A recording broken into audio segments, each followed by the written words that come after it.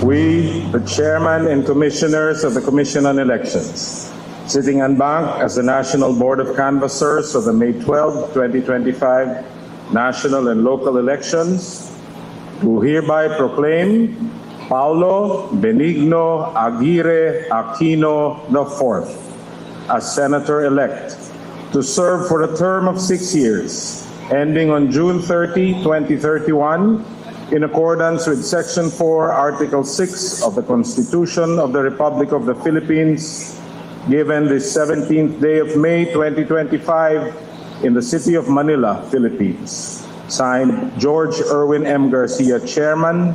Signed, Amy P. Ferolino, Ray E. Bulay, Ernesto Ferdinand P. Macedo Jr., Nelson J. Celis, Maria Norina S. Tangaro Casingal, and Noli R. Pipo, Commissioners. Attested by Teopisto E. Elnas Jr., Executive Director.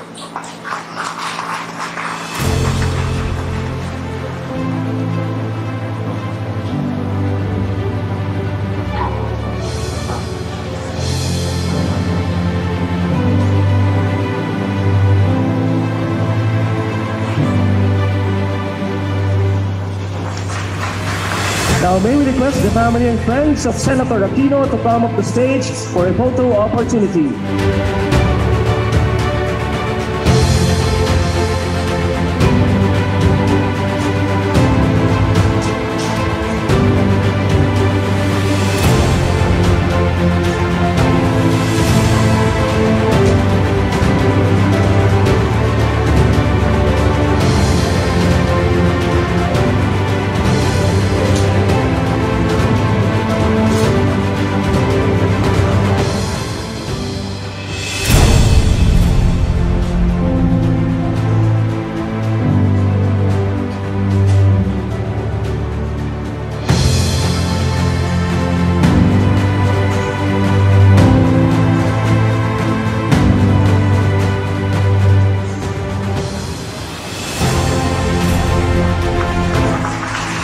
And may we request Senator Aquino to give us a short message.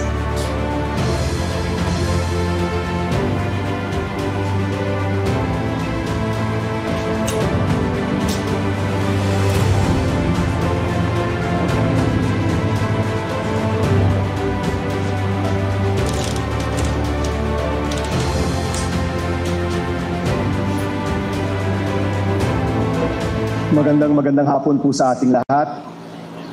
Let me begin by thanking, of course, the Lord Almighty. Ito pong pagtakbo po natin ay isang pagtakbo ng tiwala sa Diyos at sa taong bayan. Unang-una po sa lahat. Pangalawa, nais ko pong pasalamatan ang aking magulang, si Paul at si Melanie na nandito. Marahil po alam ninyo na kahit po 80 na po sila, nangangampanya pa rin para po sa kanilang pinakabatang anak. Nais ko rin pong pasalamatan ng aking asawa, si Timmy, na marami pong naibigay sa kampanyang ito. Lahat na pwedeng ibigay, naibigay po niya. At syempre yung dalawa ko pong girls, si Rory at si Coco. Nais ko rin pong pasalamatan ng ating Commission on Elections headed by Chairman George Garcia, at lahat ang kasama po sa COMELEC, maraming salamat po. Thank you very much po.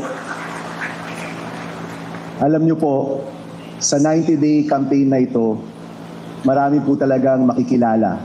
Marami pong mamimit. Marami pong mga makakausap, mga kababayan po natin. Magsasaka, mangingisda, estudyante, call center worker, napakarami po.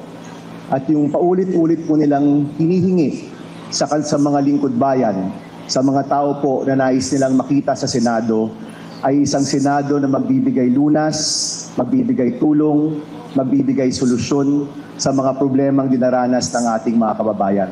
At ako po, ang hangarin ko, ang pangarap ko, ang wish ko po para sa Senadong ito, sana po lahat kami magsama-sama para tulungan ang taong bayan, para bigyang lunas ang mga problema na dinaranas ng ating mga kapwa Pilipino. Alam niyo po, ito pong pagtakbong ito ay kakaiba talaga. No? Nagsimula po tayo napakalayo. Sa totoo lang po, wala ho tayo sa top 12. In fact, wala nga po tayo sa top 20 nung una po tayo nagsabi na tatakbo po tayo. Pero dahil po sa sipag at tiyaga, hindi po ng inyong lingkod, kung hindi ng napakaraming volunteers, napakaraming kabataan na nagsuporta, lumabas, nagsalita, nag-post, nag-house to house, kaya po tayo umabot po dito. At sa kabataang Pilipino, lubos-lubos po ang pasasalamat natin. Maraming salamat. Ang binigay niyo pong mandato, hindi po sasayangin. Ang binigay niyo pong mandato, iingatan po natin at sisiguraduhin po natin na ang mga reforma sa edukasyon, pagkakaroon ng trabaho at pag-angat ng ating kapwa Pilipino, ng pamilyang Pilipino, yan po yung aaraw-arawin po natin. Ito pong kampanyang ito, there was one time may nagtanong po sa atin na reporter, tinanong po niya, Senator Bam, anong mensahe mo sa mga magulang na nakikinig?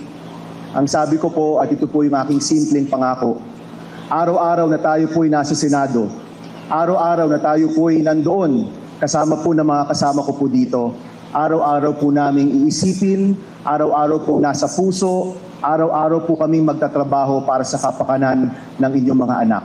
Kung paano po sila magtatapos, kung paano po sila magkakatrabaho, kung paano po aangat ang buhay ng kabataang Pilipino at aangat ang buhay ng bawat Pilipino. Yan po yung simpleng pangako ni Senator Bam Aquino at kasama po ng mga kasama ko, araw-araw po kaming magtatrabaho para po sa inyo.